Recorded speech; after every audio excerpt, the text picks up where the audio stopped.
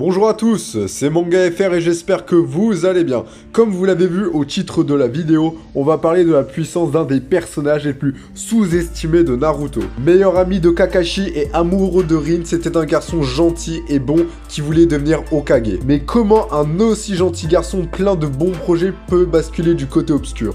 Eh bien, croyez-le ou non, mais c'est bel et bien arrivé. Celle qu'il aimait est morte par les mains de son meilleur ami. Après cet événement très traumatisant, ce garçon changea sa manière de penser et il devint un des plus grands ennemis de tout le monde de Naruto, en provoquant même une guerre. Cet homme se nomme Uchiha Obito. C'est véritablement un monstre de puissance, mais il est beaucoup trop sous-estimé par la communauté Naruto. Et moi-même avant je le sous-estimais. Mais j'ai vu la réalité en face et aujourd'hui je vais vous présenter la puissance du plus puissant membre de l'Akatsuki, j'ai nommé Uchiha Obito. Mais avant de commencer la vidéo, bien évidemment, je vous invite à vous abonner à ma chaîne YouTube et à liker cette vidéo si c'est pas déjà fait, et ça me ferait super plaisir. Allez, on commence.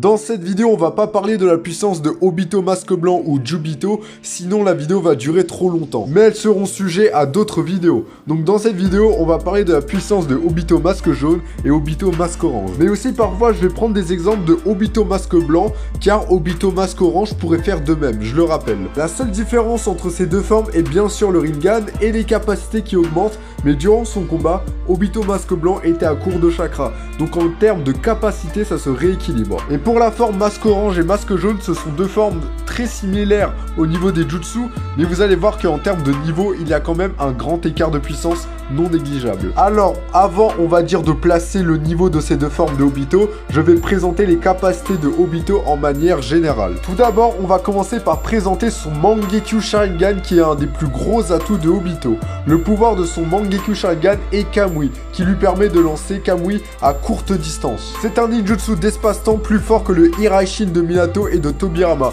Il peut donc absorber n'importe quelle attaque, se rendre dans sa dimension, absorber des gens dans sa dimension, ou le pouvoir le plus connu de son Kamui est de se rendre totalement intangible. Si Obito touche l'ennemi, c'est quasiment la fin pour lui au vu de la vitesse de Kamui. Naruto mode Kurama, qui est un des ninjas les plus rapides de Naruto, devait faire très attention de ne pas se faire toucher par Obito, sinon c'était juste la fin pour lui. Et en parlant de vitesse, on passe au temps de réaction et à la vitesse pure de Obito. Et vous allez voir que c'est un petit peu lié au Kamui. Tout d'abord, alors qu'il n'était pas du tout attentif, il a réagi au coup du Raikage sans la moindre difficulté. Il a sauvé Sasuke du Jinton Donoki alors que le Jinton était déjà activé, ce qui est juste incroyable. Et il peut réagir à des monstres de vitesse comme Naruto mode Kurama. Donc juste pour toucher Obito, c'est un véritable enfer. Au niveau du ninjutsu, il est l'égal de Madara au niveau du Katon, et en combinant son Katon avec Kamui, il peut faire un Katon qui est aussi grand que Jubi, ce qui est juste impensable. Et Obito est tout autant un monstre en taijutsu qu'en ninjutsu. Il rivalise sans problème avec Kakashi, et s'il y a eu un semblant de match avec Kakashi, c'est parce que Obito voulait que Kakashi détruise le sceau imposé par Madara sur le cœur de Obito. Donc Obito est plus fort que Kakashi en taijutsu, sachant que Kakashi est capable de rivaliser avec Guy et Rock Lee.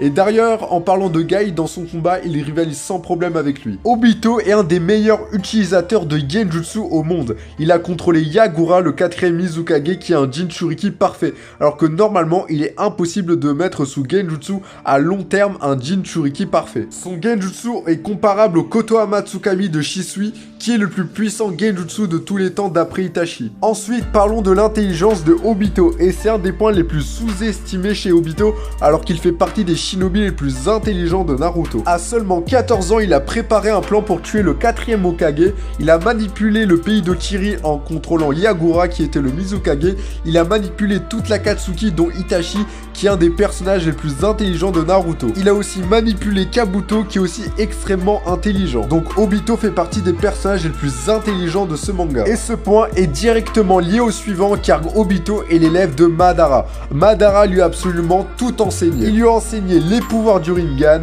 l'histoire du monde shinobi, le yin et yang, l'Izanagi, qui est un genjutsu qui, à l'échange de la perte d'un Sharingan, de revenir à la vie, et l'Izanami, qui est aussi un genjutsu qui fait perdre l'usage d'un Sharingan, mais qui fait tourner en boucle la victime sans fin jusqu'à ce qu'elle accepte son destin dans un Genjutsu. Et encore plein de choses, et vous savez tout comme moi qu'avoir un maître puissant est quasiment toujours synonyme de puissance. Et en plus de ça, si c'est Madara, alors là c'est quasiment assuré. Et toujours à propos de ça, la moitié du corps d'Obito est composé de cellules d'Hashirama. Ça lui donne une immense réserve de chakra, une force brute démesurée, une résistance surhumaine et surtout, le point le plus important, il ne souffre pas de la perte de vue contrairement aux autres utilisateurs de Mangekyo Sharingan. Donc il peut utiliser son Mangekyo sans perdre la vue. Il maîtrise le Mokuton et il a une capacité de régénération accélérée. Bref, les cellules de Hashirama sont vraiment bénéfiques pour Obito. Et enfin, le dernier point avant de présenter les deux formes de Obito sont ses faiblesses. Obito ne possède pas de faiblesse à proprement parler, mais il ne peut juste pas utiliser le Kamui continuellement plus de 5 minutes. C'est tout, et c'est pas vraiment un point faible. Maintenant, passons à la forme Obito masque jaune. Ce Obito n'a que 14 ans, mais pourtant, je vous le dis, il fait partie des shinobi les plus puissants de Naruto. Mais ce Obito est très sous-estimé à cause de son combat contre Minato. Beaucoup de gens pensent que Obito est moins fort que Minato, mais je vais vous prouver le contraire et vous expliquer pourquoi il a entre guillemets perdu. Dans un premier temps, Obito était inexpérimenté et c'était son vrai premier adversaire et ce n'était pas n'importe qui. C'était Minato qui était plus fort que n'importe quel des 5 Kage dans Shippuden. De deux, Obito contrôlait Kyuubi tout en se battant, ce qui était très éprouvant et baissait absolument toutes ses capacités ninja. Et pour vous prouver que contrôler Kyuubi était vraiment éprouvant pour Obito et que ça baissait énormément ses capacités, et bah c'est très simple. Durant la 4ème grande guerre ninja, Obito contrôlait 6 démons à queue et c'était tellement éprouvant qu'il ne pouvait pas utiliser les pouvoirs du Rinnegan. Et si 6 démons à queue sont environ d'égal à Kurama 50%, car leurs Bijudama ont fait jeu égal. Mais Obito à 14 ans, lui, il a contrôlé Kurama 100%. Donc je vous laisse imaginer le nerf qu'a reçu Obito. Et pour ceux qui me disent que Minato était faible psychologiquement et que Obito connaissait ses capacités, ça n'a rien à voir. De 1, Minato n'était pas perturbé psychologiquement, il devait juste abattre l'ennemi le plus rapidement possible. Un Minato perturbé psychologiquement, c'est par exemple durant la 4ème grande guerre ninja contre Jubito, où il se remettait en question en plein combat. Alors que face à Obito 14 ans, il est très sérieux et analyse pour pouvoir battre Obito. Et enfin, pour le Obito connaissait les capacités de Minato, donc il avait l'avantage, ça ne sert à rien. Déjà, oui, Obito connaît les capacités de Minato et ça à prendre dans le combat. Il ne faut pas inventer une scène où Obito ne connaît pas les capacités de Minato. C'est comme ça. Et ensuite, Obito aurait compris facilement le fonctionnement de Hiraishin, car avant que le vrai combat commence, on va dire, Obito a vu Minato l'utiliser. Donc ça aurait été facile pour lui de comprendre le fonctionnement. Et enfin, le dernier point de pourquoi Obito a perdu est que Minato était protégé par le scénario. Obito pouvait gagner à ce moment-là, mais protection du scénario. Déjà, ça nous prouve que le Kamui de Obito, 14 ans, qui contrôle Kyuubi 100%, est plus rapide que Minato. C'est juste incroyable. Et pour finir, je tiens à dire que Minato avait tellement peur de Obito qu'il avait appelé Madara et que des années plus tard, durant l'attaque de Pain, quand Minato raisonnait son fils, Minato avait encore plus peur de Obito que des 6 corps de Pain.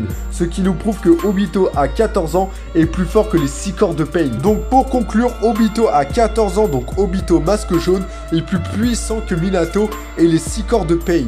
N'hésitez pas à me dire votre avis en commentaire et pour l'instant c'est juste incroyable la puissance de Obito. Maintenant on passe à la version Obito masque orange et autant vous dire qu'il surclasse totalement sa version précédente. Il a désormais 33 ans donc 19 ans de plus, ce qui est énorme.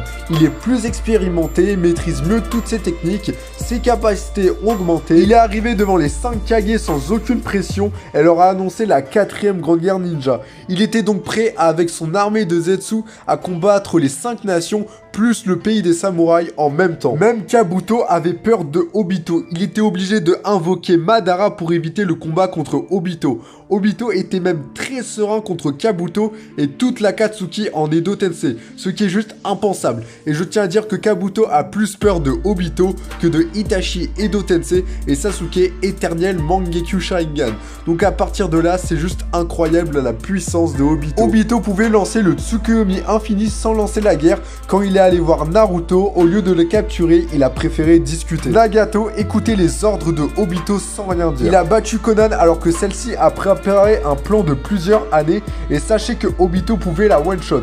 Mais il s'est retrouvé dans cet état parce qu'il devait la garder en vie pour savoir où était le corps de Nagato pour prendre le Rinnegan. Et enfin, pour finir, beaucoup de gens croient que Obito est moins fort que Itachi à cause de cette page, alors que c'est totalement faux. Beaucoup là de gens croient en lisant cette page que Obito dit « Si Itachi savait tout de moi, il m'aurait tué ». Alors que c'est pas du tout ça. En fait, Itachi et Obito, ils avaient fait une alliance, et si Itachi aurait tout su sur Obito, bah tout simplement, il aurait dit à Konoha, et il aurait dit à toute l'Akatsuki. Obito pouvait combattre les 5 nations en même temps avec son armée de Zetsu.